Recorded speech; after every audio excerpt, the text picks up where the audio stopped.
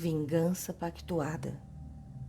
Histórias que trazem em seu bojo temas com práticas de magia e vingança, como esta que ora vamos ouvir, se transformam facilmente em relatos de livros e filmes. Qualquer semelhança é mera coincidência. No passado bem distante, havia uma casa que fora construída dentro de uma floresta, totalmente isolada, cercada por caminhos desencontrados. Guardava as memórias conflituosas de comprometimentos espirituais do passado, entre patrões e empregados. Contam que a trama aconteceu numa época onde ainda donos de engenho de ricas propriedades tinham escravos para o servir. Mesmo sendo uma família abastada, foi palco de muitas tragédias. Um casal de empregados que viveram nessa casa cuidaram de seus patrões até o final de suas vidas, pois os filhos deles, quando adultos, foram embora, deixando os pais idosos com seus escravos, que administraram tudo. Agora era uma casa que, mesmo abandonada, parecia ter vida. Moradores de comunidades vizinhas não queriam aquela casa por ali, pois há muito já estava abandonada, e contam que ainda podiam ouvir durante a noite o batucar de tambores e cantos. Foi quando a neta herdeira da propriedade recebeu um comunicado de seu advogado para ir até lá e ver qual seria a solução a ser dada para aquele imóvel. E ao chegar, a neta, que ora chamaremos de Anne, percebeu que a casa, além de velha, era misteriosa. Não tinha portas internas, a não ser uma que estava trancada desde a morte do último morador da casa. Intrigada, procurou de todas as formas abrir o cômodo sem sucesso. Nada e ninguém conseguiu abrir aquela porta. Talvez estivesse fechada por forças extrafísicas que não queriam revelar segredos sombrios que ali guardavam. Conversando então com um antigo morador da região, Anne descobre que aquela casa já havia sido alvo de magias de seus antigos empregados, e até sacrifícios faziam com animais e talvez pessoas.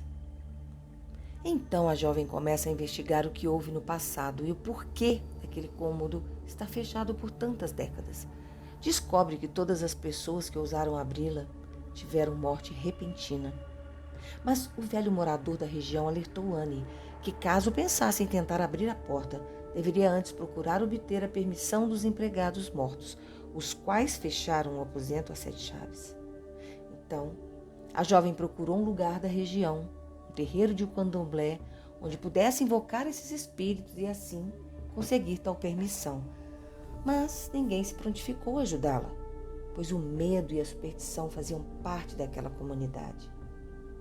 Imbuída de bons sentimentos, Anne teve a impressão que nada seria fácil para ela, mas que era algo urgente a se fazer e que seria sua missão.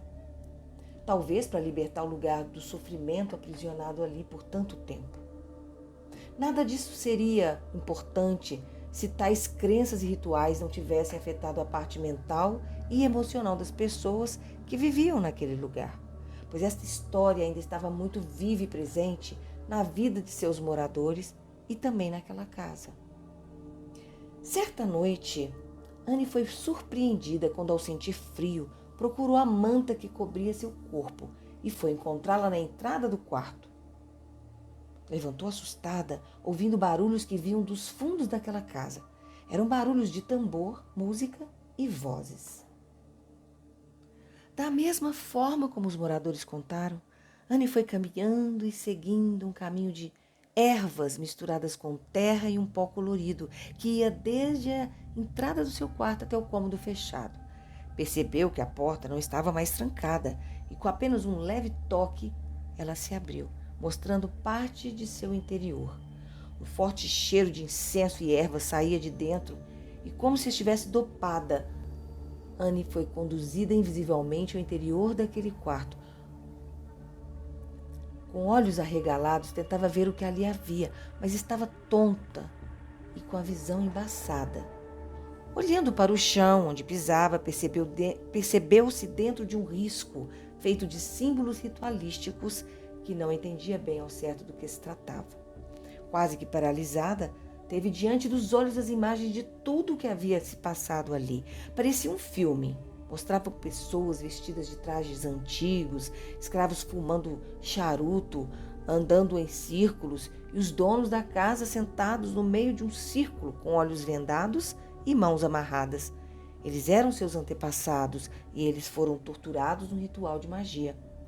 Algo que não conseguia decifrar. Agora entendia por que ninguém mais conseguia entrar ali, a não ser ela, que era a única herdeira da casa e também daquela linhagem familiar. Naquele pequeno cômodo, foi-lhe revelado por um dos espíritos escravos que seus patrões, quando jovens, pegaram seu filho pequeno para fazer um ritual de cura, pois o filho deles estava à beira da morte. Fora uma troca de vidas que causou a morte de uma criança saudável. Escravos que cuidavam de seus patrões da velhice fizeram rituais para retirar deles a vitalidade que tanto precisariam para perpetuarem naquele lugar. Vitalidade esta que seus patrões roubaram de seu filho num macabro ritual. Agora viviam como verdadeiros donos, assumindo o lugar de seus patrões, e estes seriam seus escravos pelo erro que cometeram.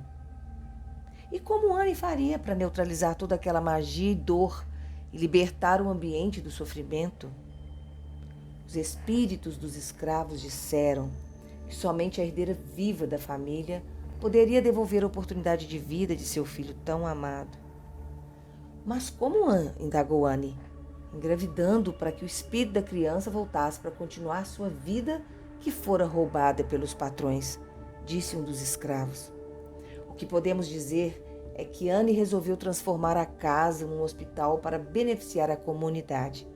O hospital é referência em cirurgias de transplante e nunca mais foi visto como uma casa amaldiçoada. Depois de um bom tempo, contam que Anne engravidou e teve um filho. Será que ela fez um pacto com esses espíritos? Fim da história. Então, gostaram dessa história? Deixem seus comentários e curtam o canal. Um forte abraço e até o nosso próximo encontro. Até lá!